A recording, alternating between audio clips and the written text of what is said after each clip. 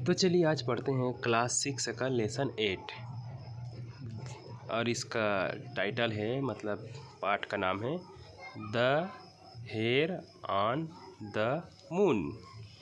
The का कोई अर्थ नहीं होता है, बस ऐसे ही लिख देते हैं, ठीक है। हेयर मतलब यहाँ पर होता है खरगोश, जो जंगल में रहते हैं ना उसको बोलते हैं हेयर, ठीक है। जंगल के खरगोश को हेयर कह देंगे। ऑन मतलब होता है पर, मून मतलब होता है चांद या चंद्रमा, तो चंद्रमा पर खरगोश, ऐसा इस पाठ का नाम है, ठीक है। तो पहला लाइन शुरू करें। इसमें लिखा है a hare lived in a forest. A hare lived in forest मतलब अ मतलब होता है एक, हेयर मतलब खरगोश, लिव्ड मतलब रहता था, पुराने समय बात है ना, रहता था। इन मतलब में, फॉरेस्ट मतलब जंगल, तो एक खरगोश जंगल में रहता था। He had two friends. He मतलब वह, हैड माने होता है पास था, टू मतलब दो, फ्रेंड्स मतलब दोस्त, तो उसके पास दो दोस्त थे या उसके दो दोस्त थे, ठीक है। तो समझ में आया, खरगोश जंगल में रहता था और उसके दो दोस्त थे। पहला क्या है, अ मंकी, मंकी यानी कि बंदर, तो एक बंदर था।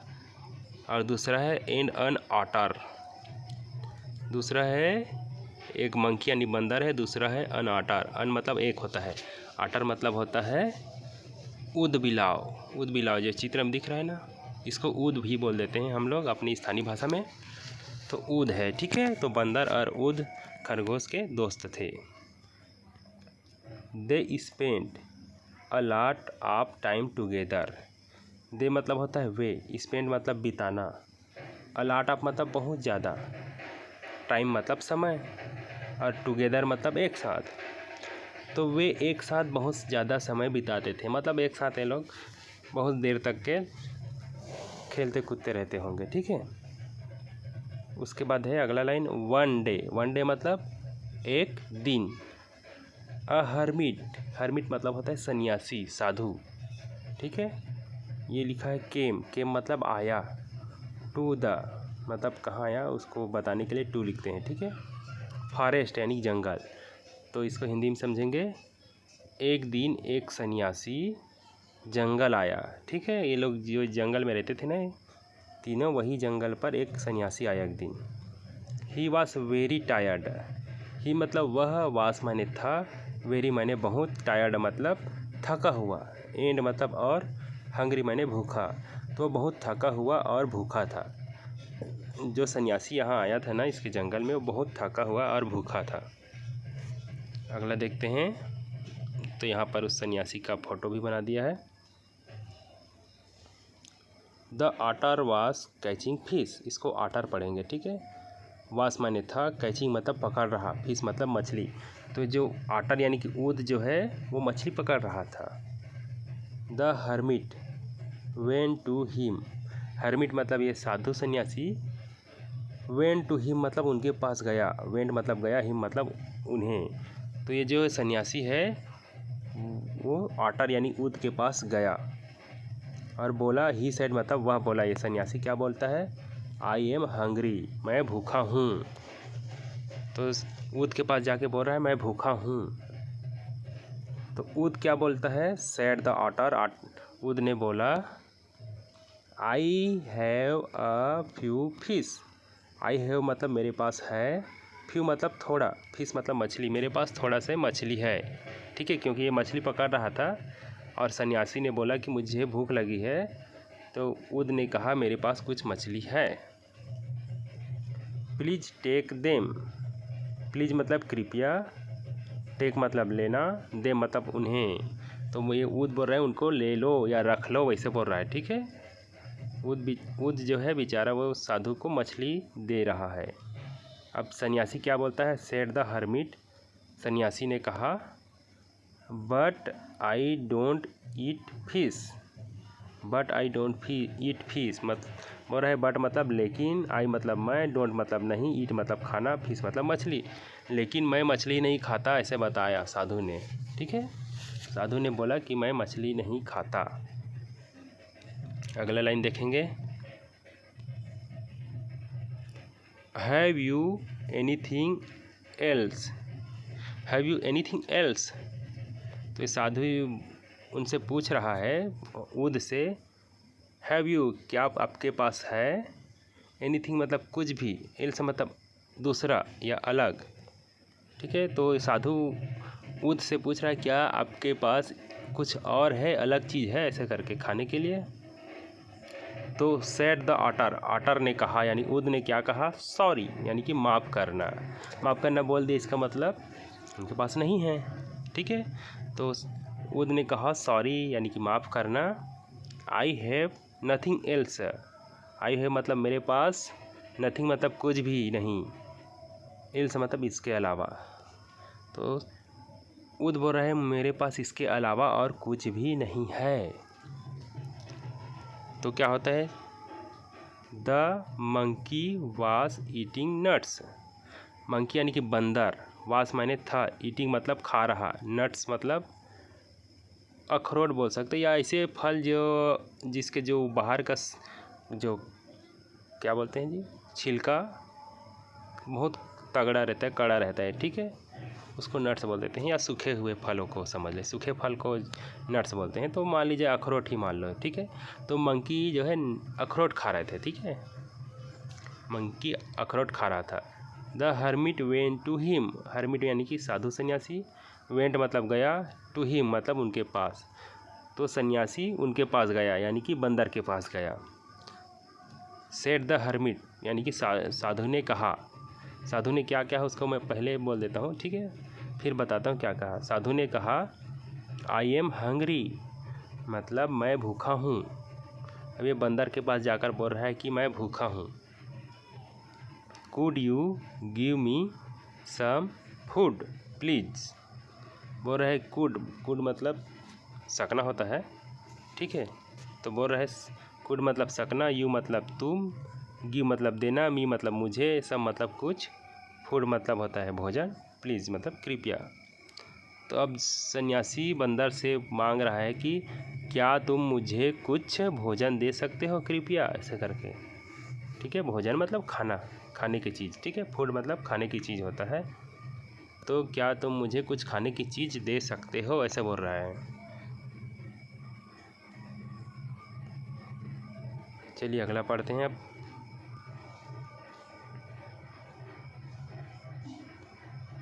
अब ये क्या बोल रहा है, monkey I have a few nuts, said the monkey, monkey ने कहा मेरे पास, आई हैव मतलब मेरे पास, फ्यू मतलब कुछ, नट्स मतलब अखरोट समझ लो, मेरे पास कुछ अखरोट हैं, कुछ अखरोट हैं, या जो भी वो खा रहा है होगा, फली वगैरह, चना फली, वो जो है थोड़े से है बोल रहा है, ठीक है। तो अब हर्मिट यानी कि साधु ने क्या कहा, सेड द हर्मिट यानी साधु ने कहा ओ, इसमें से एच को नहीं पढ़ते, ठीक है, ओ बस बोलते हैं इसको, oh but I want a lot of them, but मतलब लेकिन, आई वांट मतलब मैं चाहता हूँ, अ लॉट ऑफ देम मतलब बहुत ज़्यादा, देम मतलब उन्हें। ये क्या बोल रहा है सन्यासी, बंदा ने बोला कि मेरे पास थोड़ा से है, फ्यू मतलब थोड़ा सा है, तो ये बोल रहा है मुझे, मैं चाहता हूँ बहुत ज़्यादा, ठीक है, मुझे बहुत ज़्यादा चाहिए खाने के लिए बोल रहा है, थोड़ा सा में इसका पेट जो है नहीं भरेगा या भूख शांत नहीं होगा, इसलिए बोल रहा है मुझे अलाट ऑफ देम मतलब मुझे उन्हें बहुत सारा चाहिएगा बोल रहा है। आई एम वेरी हंग्री, मैं बहुत भूखा हूँ, ठीक है, बोल रहा है कि मैं बहुत भूखा हूँ, मुझे थोड़ा नहीं ज़्यादा चाहिए बोल रहा है। वेरी मतलब बहुत होता है, हंग्री मतलब भूखा, तो मैं बहुत भूखा हूँ। I am sorry I have only a few, said the monkey, monkey ने क्या कहा, मंकी ने कहा आई एम सॉरी मतलब मुझे माफ़ करना, I have only a few मेरे पास मात्र थोड़ा सा बचा है, ठीक है, ओनली मतलब मात्र, फ्यू मतलब थोड़ा, मेरे पास थोड़ा से है, मात्र थोड़ा से है, ठीक है, जिससे सन्यासी का पेट नहीं भर सकता। सेड द हर्मिट, अब हर्मिट ने क्या कहा, आई विल, देखिए आई के बाद एल है, दो ठो है ना, तो कई लोग इसको आयल बोल देता है, ठीक है, तो मैं इसको आई और विल बोलता हूँ, ठीक है, दोनों मिलकर बना हुआ है आई विल, ठीक है, I will ask the hare then. सन्यासी ने कहा अब मैं हेयर यानी कि खरगोश से आस्क मतलब पूछूंगा, ठीक है। फिर अब मैं फिर खरगोश से जाकर पूछूंगा बोल रहा है, ठीक है, खाने के लिए। The hare was eating grass. Hare मतलब खरगोश, वास माने था, ईटिंग मतलब खा रहा, ग्रास मतलब घास। खरगोश घास खा रहा था। खरगोश घास खा रहा था ना। तो चलिए देखते हैं आगे क्या लिखा है। The hermit went to him. Hermit मतलब साधु, वेंट मतलब गया, टू हिम मतलब उनके पास, ठीक है। तो अब जो है सन्यासी साधु जो है खरगोश के पास चला गया।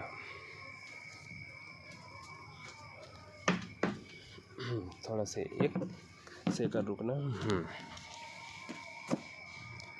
तो सन्यासी जो है खरगोश के पास चला गया। उसके बाद क्या कहेंगे। I am so hungry said the hermit. सन्यासी ने कहा आई एम सो हंग्री। सो मतलब बहुत, हंग्री मैंने भूखा, मैं बहुत भूखा हूँ बोला, ठीक है। फिर से मैं बहुत भूखा हूँ। Please could you give me some food. Please मतलब कृपया, कुड मतलब सकना होता है, यू मतलब तुम, गिव मतलब देना, मी मतलब मुझे, सम मतलब कुछ, फूड मतलब खाना या भोजन, ठीक है। तो ये सन्यासी अब खरगोश से जाकर बोल रहा है कृपया तुम मुझे कुछ खाना दे सकते हो क्या, ऐसा पूछ रहा है, ठीक है। प्रश्नवाचक चिन्ह है इसलिए प्रश्न टाइप का बोलना पड़ता है, ठीक है। कृपया तुम मुझे कुछ खाना दे सकते हो क्या, ऐसा करके खरगोश से पूछ रहा है। Said the head. अब जो है खरगोश ने कहा कि I have a lot of grass. I have मतलब मेरे पास है, अ लॉट ऑफ मतलब बहुत सारा, ग्रास माने घास। तो खरगोश ने कहा मेरे पास बहुत सारा घास है, ठीक है। खाने के मांग रहे तो ये बोल रहा है कि मेरे पास बहुत सारा घास है। But I don't eat grass said the hermit with a smile. Smile मतलब मुस्कुराहट, ठीक है, या मुस्कान भी बोल सकते हैं।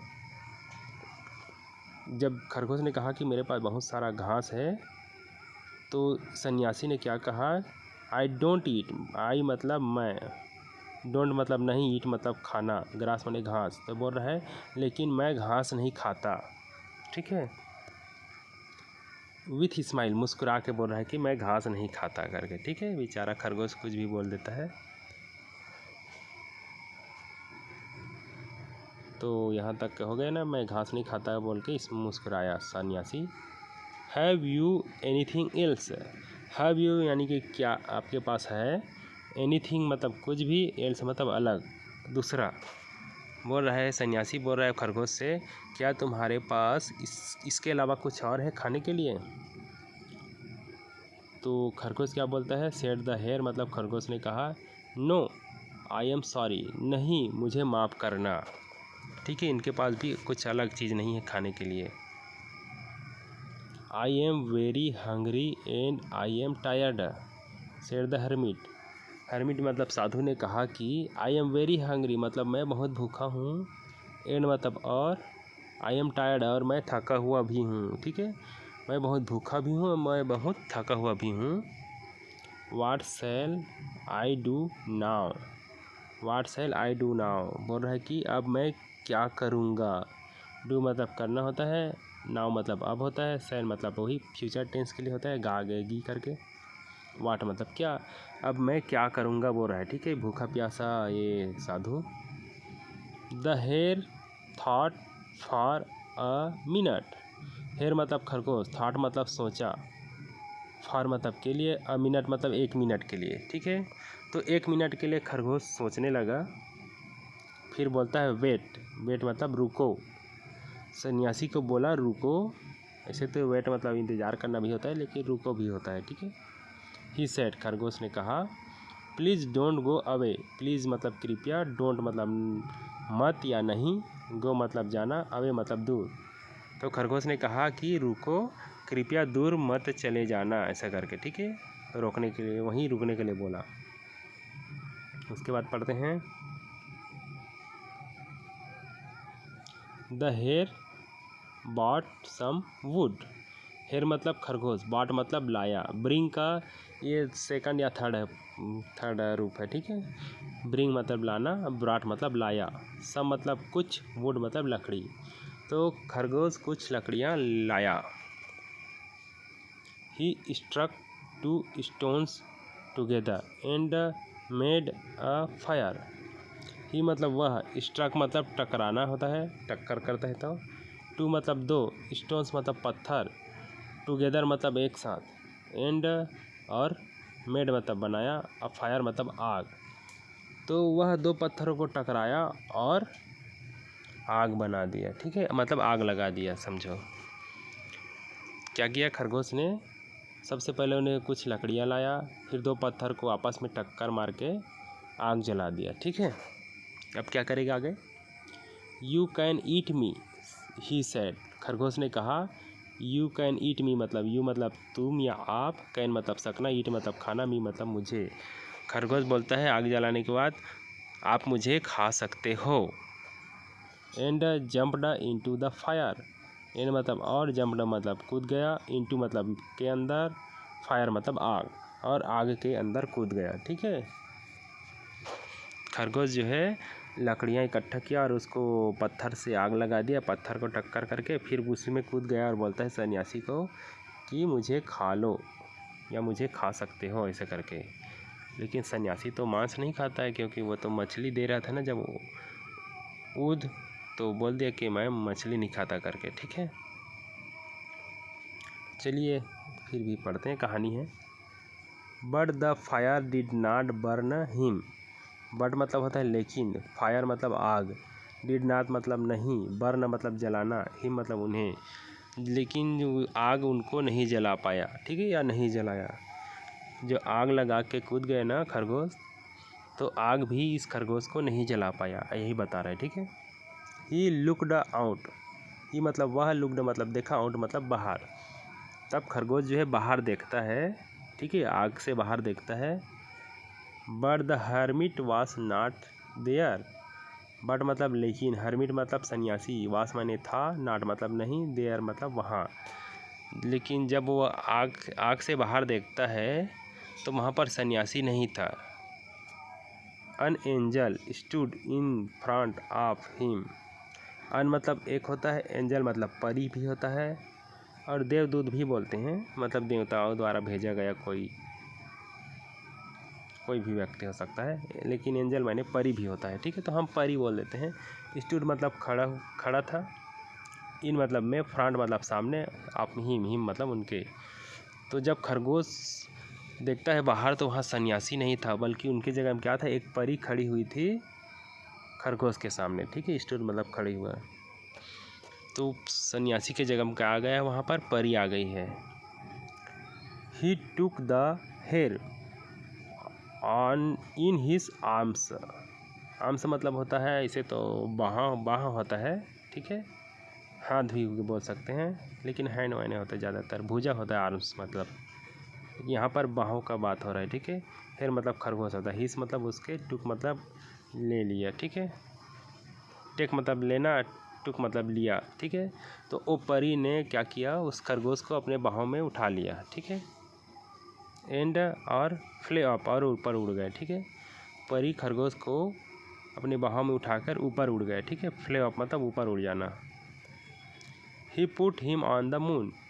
और वह परी, पुट मतलब रख दिया, हिम मतलब उन्हें, ऑन मतलब पर, मून मतलब चाँद, और वह परी उस खरगोश को चाँद पर रख दिया, ठीक है। Look up at the moon. Look मतलब देखो, अप मतलब ऊपर, एट मतलब को, मून मतलब चाँद, ऊपर चाँद को देखो। You can still see the hare on it. You can मतलब तुम या आप, कैन मतलब सकना, स्टिल मतलब अब भी, सी मतलब देखना, हेयर मतलब खरगोश, ऑन इट तुम अब भी खरगोश को उस पर देख सकते हो, ऐसे बोल रहा है, ठीक है। चांद पर दिख रहा है ना फोटो, उसी को बोल रहा है कि तुम या आप अब भी उनको देख सकते हो, बोल रहा है। ठीक है, तो इस तरह से ये क्लास 6 का लेसन 8 ख़त्म हो गया। वीडियो अच्छा लगा होगा तो लाइक कर देना, और चैनल को सब्सक्राइब नहीं किए होंगे तो सब्सक्राइब कर देना, और उन दोस्तों को, अपने दोस्तों को भी शेयर कर दिया करो जो ट्यूशन वगैरह नहीं जाते, यूट्यूब से देखकर ही वो जो है सीख रहे हैं। ठीक है, वैसे तो मेरे वीडियो में ज़्यादा व्यू आता नहीं है, ज़्यादा लोग सपोर्ट करते नहीं, लेकिन आप लोग अगर देख रहे हैं तो प्लीज़ कृपया सपोर्ट कर दिया करो। मैं आप ही लोग के लिए वीडियो बनाता हूँ, आप लोग जितना मेरा सपोर्ट करेंगे उतना ही मुझे खुशी होगा। ठीक है, मिलते हैं नेक्स्ट वीडियो के साथ।